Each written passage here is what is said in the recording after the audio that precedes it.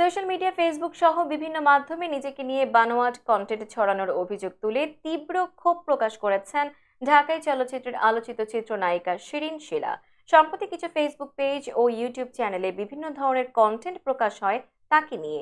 সেসব কন্টেন্টে দাবি করা হয় সরকার পতনের পর যুবলীগের শীর্ষ এক নেতার সঙ্গে গা ঢাকা দিয়েছেন এই অভিনেত্রী। এছাড়াও কন্টেন্টগুলোয় তার বিলাসী জীবনযাপন ও বিদেশ সফর নিয়েও প্রশ্ন তোলা হয়। সেই সঙ্গে অভিনয়ের পাশাপাশি অসামাজিক বিভিন্ন কার্যকলাপের সঙ্গে শিরিন শিলা যুক্ত বলেও দাবি করা হয়। অনলাইন প্ল্যাটফর্মে নিজেকে নিয়ে নেতিবাচক বিভিন্ন বিষয় ছড়ানোয় ব্যাপক চটেছেন শিরিন শিলা।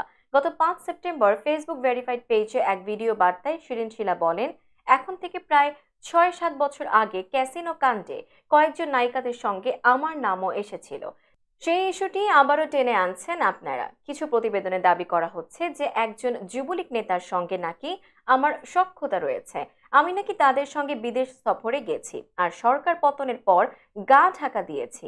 এসব বিষয়কে মিথ্যা প্রমাণ করে তিনি বলেন, দেখুন, আমি তো এখনো আমার বাসাতেই অবস্থান করছি, গা ঢাকা দেব কেন?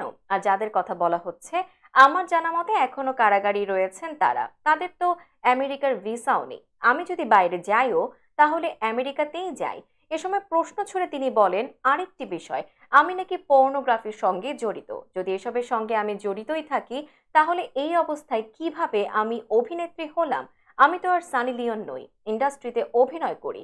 যদি আমার কোনো পর্নোগ্রাফি ভিডিও বা লিঙ্ক থেকে থাকে তাহলে সেটা আজও কেন প্রকাশ পেল না? তিনি বলেন, কিছু ভিডিওতে দেখলাম আমাকে দেহ ব্যবসায়ীও বলা হচ্ছে, যা সম্পূর্ণ মিথ্যা, বানোয়াট ও গুজব। আমি আসলে ঠিক জানি না কারা আমাকে নিয়ে এসব গুজব ছড়াচ্ছে, তবে যারাই এসব করছে তাদের সবার বিরুদ্ধে আইনি ব্যবস্থা নেব।